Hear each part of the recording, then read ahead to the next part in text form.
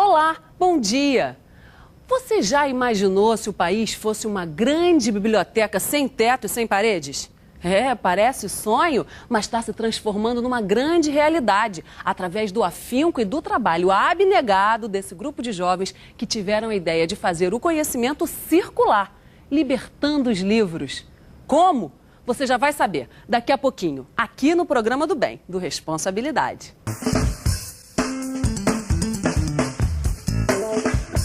Estamos de volta com Responsabilidade, hoje nessa manhã com Pedro Jeromilic, presidente do Instituto Ciclos do Brasil. Bom dia, Pedro. Bom dia, Cláudia. O que é o Instituto Ciclos do Brasil? O Instituto Ciclos do Brasil, na verdade, ela é uma ONG, né? Uma ONG, uma organização não governamental. Ela é apartidária, ela não tem partido, ela não tem nenhuma conotação religiosa. Ela é um instituto que foi pensado por algumas pessoas, né, que tinham um anseio de tentar transformar a questão da cultura no Brasil, de tentar levar a cultura a maior número de pessoas possíveis. Infelizmente, às vezes a gente encontra locais, né, principalmente quando são locais de baixa renda, que existe uma pouca oferta de cultura. Então a gente resolveu, através de uma experiência nossa, que é uma experiência que vem desde o movimento estudantil, na escola secundária, no segundo grau, depois na universidade, e esse grupo ele vinha sempre discutindo isso dentro do movimento estudantil, para depois a gente implementar o Instituto nessas comunidades, ofertando, né, a questão da cultura, a questão da educação.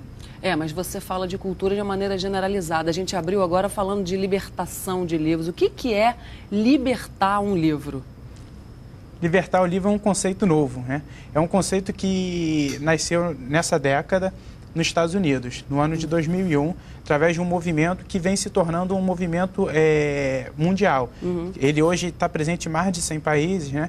E organizado nesses países, com mais de 500 mil voluntários, com mais de 6 milhões de livros libertos. E o que é libertar um livro? Libertar um livro é o desapego que as pessoas, né, têm de uma coisa que está parado na casa dela, um livro que às vezes ela usou em determinado momento, seja para qual fim for, seja um livro didático que ela usou para estudar, seja um romance, um livro de literatura, enfim, né, seja o livro que for, ela não está mais usando aquele livro ali e ela vai ofertar esse livro a outras pessoas. Então ela vai libertar.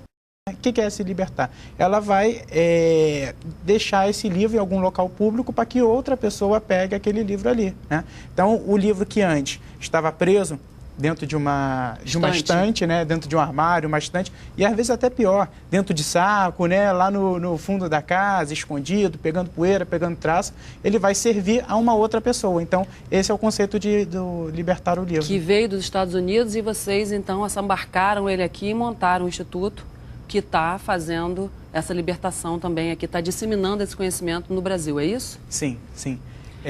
Nós fazemos parte desse movimento mundial que objetiva transformar o mundo numa grande biblioteca. Você imagina, né?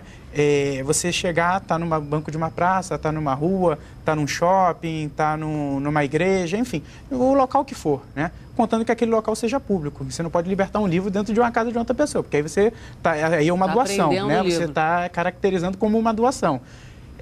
Mas você vai num local público e deixa aquele livro lá.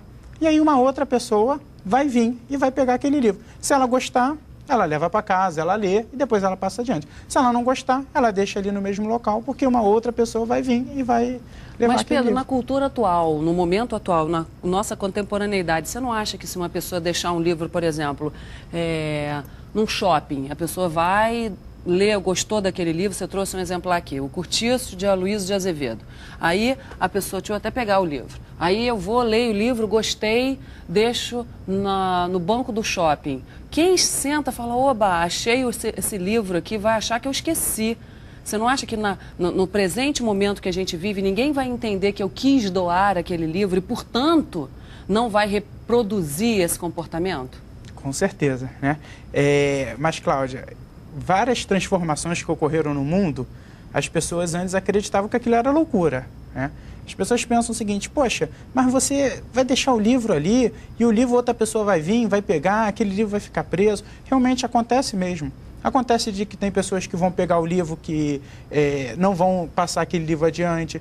Tem livros que, infelizmente, vão ficar presos e achados e perdidos dos locais, porque a direção do shopping pode achar aquele livro ali, né, no estabelecimento comercial, né, enfim, do estabelecimento que for, ela pode achar aquele livro ali e falar o seguinte: bom, alguém esqueceu esse livro aqui, vamos deixar ali escondido. Essa é uma das maiores armadilhas que nós temos. Qual é a resposta que a gente pretende dar isso? Antes de libertar um livro num local, a gente tenta fazer um trabalho diferenciado naquele local. Nós entendemos que para o projeto dar certo, para a atividade, né, para a gente ganhar corações e mentes, ganhar as pessoas para esse projeto, a gente precisa fazer com que elas tenham uma mudança de cultura, né, uma revolução cultural. Qual? Primeiro, que você não pode estar muito apegado aos seus bens materiais. A gente acredita num outro tipo de sociedade. As pessoas hoje elas são muito apegadas aos bens materiais, né? E quando ela não precisa, às vezes, desses bens, você não precisa ter uma biblioteca gigante na sua casa para ser culto. Porque, na verdade, o livro ele é para ser lido, não é para ficar guardado. Então, esse é o primeiro momento. A gente tem que convencer as pessoas disso. Segundo momento, para deixar um livro num local público, nós temos que avisar mais ou menos aquele entorno. Por exemplo, vou usar um exemplo. Se a gente vai num café literário, num bar, alguma coisa assim. Antes de deixar o livro ali, nós temos que conversar com o gerente, temos que conversar com as pessoas daquele local para avisar que a gente vai fazer aquela ação, para que ela não pegue aquele livro, bote num achados e perdidos, para que ela não guarde, né, achando que o dono ainda vai voltar. Que tal você colocar na capa do livro? Então, pegando de novo o mesmo exemplo que você trouxe, você colocaria aqui colado um papel que não ocupasse a capa inteira dessa forma, dizendo: este livro está sendo propositalmente deixado aqui para que você, meu caro amigo, minha cara amiga, possa encontrá-lo e lê-lo, desfrutar com a mesma alegria que eu o fiz. Por favor, assim que termine a leitura, faça o mesmo, permitindo que outra pessoa também possa encontrá-lo como você o fez e encha o seu coração de alegria e de cultura. Que tal? Você ter empreste aqui. Primeira coisa, assim, o legal do livro de rua é que ele é um projeto inacabado, né? E por mais que a gente converse, por mais que a gente faça as nossas ações, por mais que elas cresçam, ele é sempre um projeto inacabado. Sempre tem uma pessoa que dá uma boa ideia, né? E a gente vive muito disso, sabe? Quando a gente começou o projeto, ele era muito diferente do que ele é hoje. E a coisa vai andando, a cada momento ele vai se transformando, né? Até porque o que está estático na vida está morto, né? E o que está vivo, ele é isso mesmo, né? A vida é isso, é constante mudança, movimento, né? Principalmente na sociedade que a gente vive hoje, né? O nosso livro, ele tem o seguinte, ele tem uma identificação aqui na capa. Como é que funciona o processo? Ele tem um adesivo aqui na capa, que a gente até pensou em não fazer muito para não descaracterizar, porque a capa de um livro, ela também é uma obra de arte, né? Então, ele tem um adesivo com um código, né? Esse código ele é composto de 2 letras e 4 números. Aqui dentro, ele tem uma carta que explica todo esse processo, que é o que você falou, que por ser dentro do livro, às vezes gera esse problema também, né? Das pessoas, algumas não abrem o livro e colocam nesses achados perdidos. Aí aqui explica de maneira didática como é que é o processo do livro, que a pessoa vai pegar, né? Ela tem que registrar o livro no nosso site. O que a gente pede? Qual é o nosso controle? Nós não temos controle. A pessoa que pegar o livro, que achar o livro, ela é livre. A gente só pede que esse livro não fique parado. Mas a gente também pede uma outra coisa, porque é um movimento legal, ele é complexo, mas ele é muito legal, que quando a pessoa registra, por exemplo, eu deixei esse livro aqui, eu libertei. Aí você foi, achou esse livro e gostou, né, e começou a ler. Aqui dentro a gente vai pedir para você entrar no nosso site, que é www.livroderrua.com.br, e você vai registrar o livro através desse código. Você vai colocar lá, você vai fazer o seu cadastro e vai colocar lá o Cortiço de Aloysio de Azevedo e vai colocar o código do livro, né? Pois bem, você registrou o livro, você registrou seu e-mail e tudo. Aí você libertou num outro local. Quando uma outra pessoa ia achar aquele livro, o que acontece? Você vai receber um e-mail de que aquele livro foi encontrado em outro local. Ou seja, você começa a ter uma ideia que os livros vão viajando. E nisso, esse movimento internacional, né, que começou nos Estados Unidos... Vão se formando amigos também, vão né? se formando amigos, vão se formando uma série de pessoas, coisas. inclusive, que têm objetivos e ideais em comum, porque se você se interessa pelo mesmo título, vai ver que você tem ideias afins, né? Sim, sim. E aí o que acontece? Tem livros, histórias de livros que já viajaram continentes, histórias de livros que viajaram estados brasileiros, né? Porque a pessoa pega aqui, mas não significa que ela vai deixar no mesmo local. E que ela pode deixar num outro local também. Ela pode libertar esse livro, não necessariamente ela vai ter que retornar ao mesmo local. E Então, dessa forma, né, esse livro vai ganhando vida, esse livro vai ganhando movimento, está sempre num processo de transformação, está sempre num processo, né, não fica parado, ele fica viajando.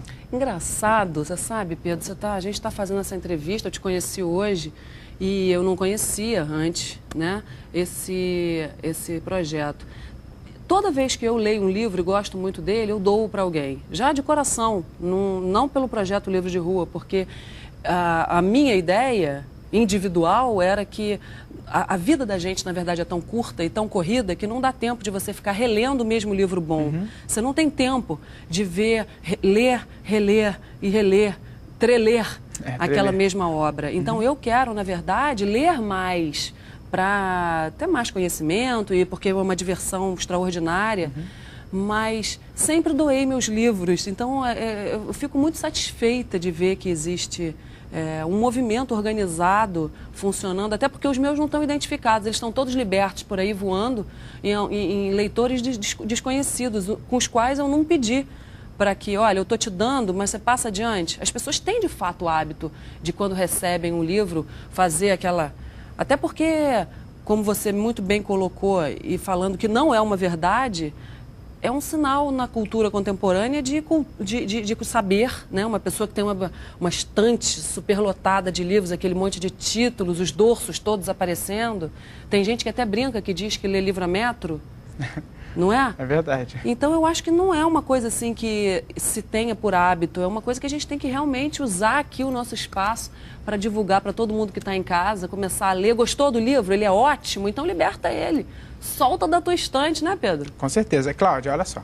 É como eu estava falando, para esse projeto ele dar certo, né, para a coisa acontecer, ele precisa ter uma revolução, ele precisa ter mudança na cultura das pessoas e, mais do que isso, ele precisa ganhar corações e mentes, ele precisa ganhar pessoas que são apaixonadas pela leitura, pelos livros, pessoas apaixonadas pela cultura, pelo conhecimento, né, pela educação.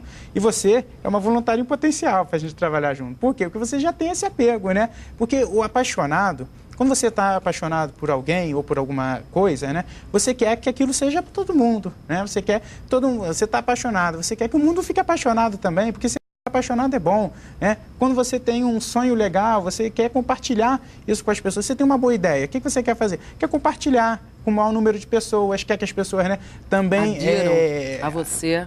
Pois é, façam né? parte do seu movimento. Façam né? parte. Então, é o seguinte, quando a gente pensa nas nossas atividades, a gente pensa atividades voltadas para um público também que tem esse potencial, que tem esses objetivos. A gente tem adesão muito de profissionais ligados à educação, de profissionais ligados à cultura, mas mais do que esses profissionais, mais esses técnicos, a gente tem a adesão das pessoas que são realmente apaixonadas, né, por essa forma do conhecimento. Então, democratizar o conhecimento, mais do que um ato somente de democratizar, mais do que um ato de ofertar um livro, é uma mudança de concepção. Porque eu acho que as pessoas hoje, elas são muito apegadas aos bens materiais, são muito apegadas às coisas cotidianas da vida, são muito individualistas, sabe? Elas pensam cada vez mais no seu, né? Somente fazer a sua parte, somente no seu ganha-pão, somente na sua vida, mas pensa um pouco na coletividade. E quanto a gente melhoraria se a gente tivesse um país que pensasse mais, né, na democracia de verdade, em democratizar, em ofertar os bens públicos, em ofertar os bens culturais. Entendeu? Como é que a gente poderia avançar, né, nesse tipo de sociedade? Eu acho que a gente está vivendo, o mundo está ficando cada vez mais consumista, né? E eu acho que o consumo, que você está querendo dizer é isso, que o consumo estimula cada vez mais que se consuma. Você tem que comer cada vez mais. Você já percebeu que antigamente, quando você era pequeno, a medida era o litro, né? Então você, quando pegava um copo ou um recipiente, a medida era o litro. Hoje em dia é 2,5 litros. Você chega no supermercado, você não toma mais um susto com aquela mega, hiper, ultra garrafa de Coca-Cola que você eventualmente ficou na primeira vez que viu. Não era uma aberração? Lembra? A primeira vez que você viu uma Big Coke? Retornável. Era 1 litro retornável, né? Agora é 1 litro que você joga fora depois, suja, polui, né? Você precisa realmente ir a muitos programas e a muitas rádios, muitas matérias de jornal precisam ser feitas, porque eu acho que a população nem pensa nisso, sabe? E tem uma outra coisa legal também, que a gente começou a trabalhar, Cláudia, que é o seguinte, se chama Biblioteca da Liberdade. como eu falei para você, né, que o projeto é uma constante mutação, ele está todo dia se reinventando, né? E a gente começou a perceber que aqui no Brasil existe um problema que não é a democratização da leitura, ela só vai acontecer não somente com a oferta de livros. Não basta eu dar um livro para uma pessoa. A gente tem que trabalhar para a construção do hábito da leitura. A leitura ela é um hábito. Então, você começa com um livro pequeno, você vai aumentando, uma história em quadrinho, né? E aí você vai adquirindo o hábito e vai, né,